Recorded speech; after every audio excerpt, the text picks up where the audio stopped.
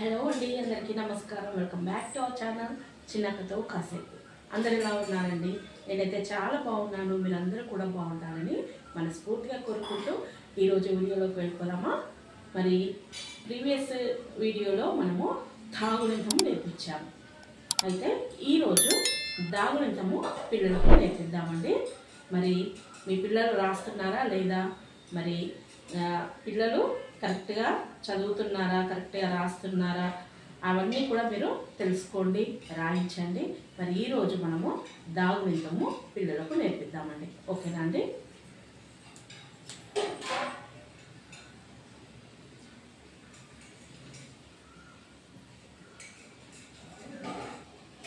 గుణింతము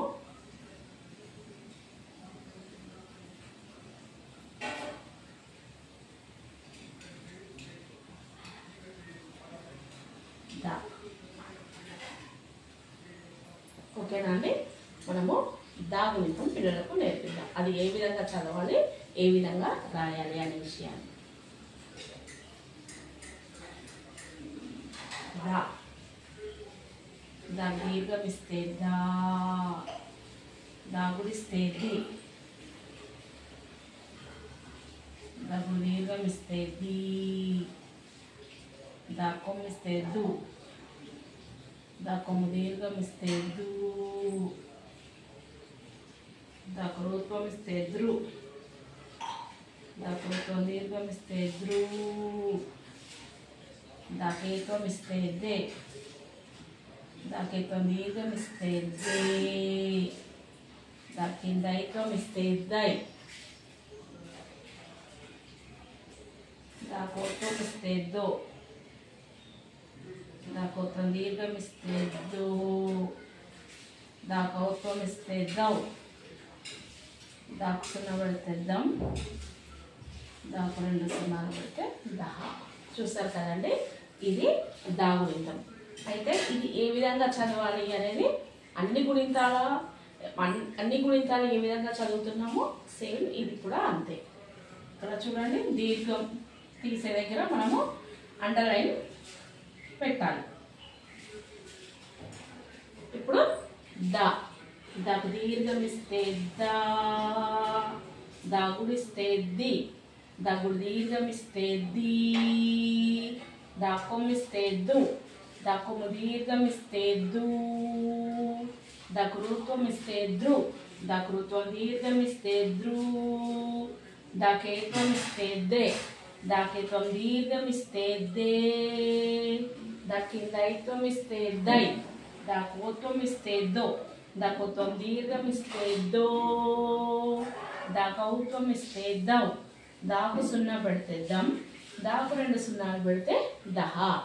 ఇది మళ్ళీ రిపీట్ చేస్తానండి, మళ్ళీ ఒకసారి చదివి వినిపిస్తాను. దా, దాకు దీర్ఘమిస్తే దా, దాగుడిస్తే ది, అంటే మనం అండర్లైన్ చేసిన దగ్గర దీర్ఘం తీయాలి. దాగుడిస్తే ది, దాగుడు దీర్ఘమిస్తే ది, దాకొమ్మిస్తే దు, దాకొమ్ము దీర్ఘమిస్తే దు, దాకృత్వమిస్తే ద్రు, దాకృత్వం దీర్ఘమిస్తే ద్రు, దాకేత్వమిస్తే దే, దాకేత్వం దీర్ఘమిస్తే దే, దాకిందైత్వమిస్తే దై, దాకోత్వమిస్తే దో, దాకుత్వం దీర్ఘమిస్తే దో, దాకౌత్వమిస్తే దౌ, దాకు సున్నా పెడితే దం, దాకు రెండు సున్నాలు పెడితే దహ. ఈ విధంగా పిల్లలకు చదవడం నేర్పించాలండి. అయితే ప్రీవియస్ వీడియోస్ చూసిన వాళ్ళకైతే అందరికీ అర్థమవుతుంది. ఎవరైనా కొత్తగా చూస్తే వాళ్ళకి ఈ విధంగా అండర్లైన్ చేయాలి. అండర్లైన్ చేసిన దగ్గర దీర్ఘము తీసి చదవాలి. అంటే మనము దీర్ఘం దా అంటే మనం ఎక్కువ తీస్తే వాళ్ళు దాంట్లో హాఫే తీస్తారు. కాబట్టి నేను ఆ విధంగా చెప్తున్నానండి. దా దా దా దీర్ఘమిస్తే దా, ఇది మనకు అర్థమవుతుంది. పిల్లలు దా అన్నప్పుడు వాళ్ళు దానే అంటారు. కాబట్టి దీర్ఘం తీయడం వలన ఈ అక్షరంతో వచ్చే పదాలు ఏవైతే ఉంటాయో అవి రాయడానికి వాళ్ళకి ఈజీగా ఉంటాయి. మనం దీర్ఘం తీసి చదివితే వాళ్ళు దీర్ఘం తీసి చదువుతారు. కరెక్ట్గా రాయడము ఇవన్నీ కూడా పిల్లలకు మనం నేర్పించాలి. ఇప్పుడు ఇలా దాగుడింతం పెట్టిస్తాం. దాన్ని 3 టైమ్స్ పిల్లల చేత రాయించడము, 5 టైమ్స్ రాయించడము, ఇలా చదివించాలి. ఓరల్గా పెద్దగా చదవమనాలి. చిన్నగా చదివితే ఒప్పుకోకండి, పెద్దగా చదవాలి. పెద్దగా చదివితే వాళ్ళు ఎక్కడైనా మిస్టేక్స్ చేస్తే దాన్ని మనము కరెక్ట్గా చేయొచ్చు. కాబట్టి పిల్లలు ఈ గుణితము కరెక్ట్గా, ఏ గుణితమైనా, ఈ ఒక్క దాగుణితమే కాదండి, ఏ గుణితమైనా పిల్లలు బిగ్గరగా చదవాలి అనేది పిల్లలకు చెప్పాలి. లిప్ రీడింగ్ అనేది ఇక్కడ పని చేయదు. ఓకేనా అండి? అయితే మరి ఇప్పుడు ఈ దాగుణితము మనము నేర్పించాము. మరి ఇక ఈ దాగుణితంతో కొన్ని పదాలను కూడా పిల్లలకు మనం పరిచయం చేయవచ్చు. ఇప్పుడు దాక్షణ పెడితే దన్, దండ, గార్లాండ్ అంటే మనకు పూల దండ వేసుకుంటాం కదా, దండ మనం స్టాచ్యూస్కి వేస్తాము, లేకపోతే పుట్టినరోజు బర్త్డేస్ అయితే పిల్లలకి వేస్తాము, మ్యారేజెస్ అయితే వేసుకుంటారు దండలు, అంటే రిటైర్మెంట్ అయితే పూలదండ వేస్తారు. ఇలా దండ. నెక్స్ట్ ఇలా ఈ దాతో దహ వరకు ఏ పదాలు వచ్చినా, దాడి, దీర్ఘం ఇస్తే దా, డాగుడిస్తే డి, దాడి, దాగుడు మూతలు అంటే పెద్దగా అవుతుంది. కాబట్టి మనం చిన్న చిన్న పదాలు పిల్లలకు నేర్పించాలి. నెక్స్ట్ దూకుడు. ఇప్పుడు దూ వచ్చింది, దాపం దీర్ఘం ఇస్తే దూ,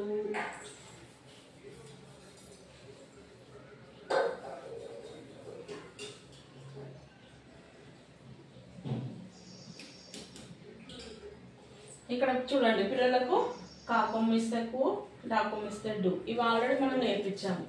డాగుడిస్తే డి, ఇది నేర్పించాము. దండ, ఇవైతే సింపుల్గా మనము ఫస్ట్లోనే వర్ణమాల అక్షరమాల నేర్పించిన తర్వాత మనము సింపుల్గా అంటే ఈజీగా సులువుగా ఉండే పదాలు పిల్లలకు నేర్పించాం కదండి. అంటే దాంట్లో గుణింతాలు కానీ ఒత్తులు కానీ ఇలాంటివి లేకుండా మనం నేర్పించాం.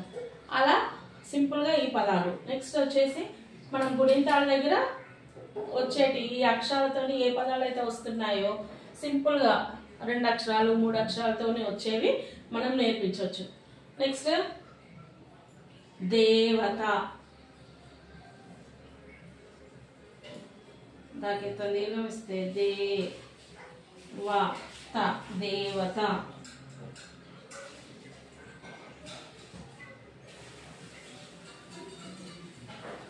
చూడండి దివి, దాగుడిస్తే ది, వాగుడిస్తే వి, దివి. నెక్స్ట్ దైవం, దైవం. చూడండి దై, దాకి దైవం ఇస్తే దై, వాక్సున పెడితే వం. ఇప్పుడు మనం పిల్లలకి ఇక్కడ నేర్పించాలి. కాక్సున పెడితే కమ్, గాక్సున పెడితే గమ్, చాక్సున పెడితే చమ్, రాక్సున పెడితే రమ్, లాక్సున పెడితే లమ్, టాక్సున పెడితే టమ్, డాక్సున పెడితే డమ్. ఇలా పిల్లలకు నేర్పిస్తే వాళ్ళు అక్కడ ఏదైనా పదం వచ్చినప్పుడు డమ్ డమ్, డాక్సున పెడితే డమ్, డాక్సున పెడితే డమ్, ఢమ్ ఢమ్ అంటే సెకండ్ డా, ఒత్తుడా. ఇలా మనము అలా నేర్పించేటప్పుడు పిల్లలకు ఇవన్నీ కూడా మనం ఏ గుణింతం అయితే నేర్పిస్తామో ఆ గుణింతానికి సంబంధించి కొన్ని పదాలను వాళ్ళకి జస్ట్ ఏంటంటే వాళ్ళ మైండ్లో ఉంటాయి. మనం ఇలా పదాలు వస్తాయి, ఇలా రాయడానికి వీలవుతుంది అనేది మనము దీర్ఘం ఇచ్చే దగ్గర, అలాంటివి దీర్ఘం లేని దగ్గర ఎలా చదువుతాము, ఎలా పలుకుతాము అనే విషయాలు పిల్లలకు అర్థమవుతాయి. కాబట్టి మనము ఇలా పిల్లలకు నేర్పించవచ్చండి. నెక్స్ట్ దొండ, దాకొత్వం ఇస్తే దోక్షణ పెడితే దొన్ ద, దొండ. ఇలా దౌడు,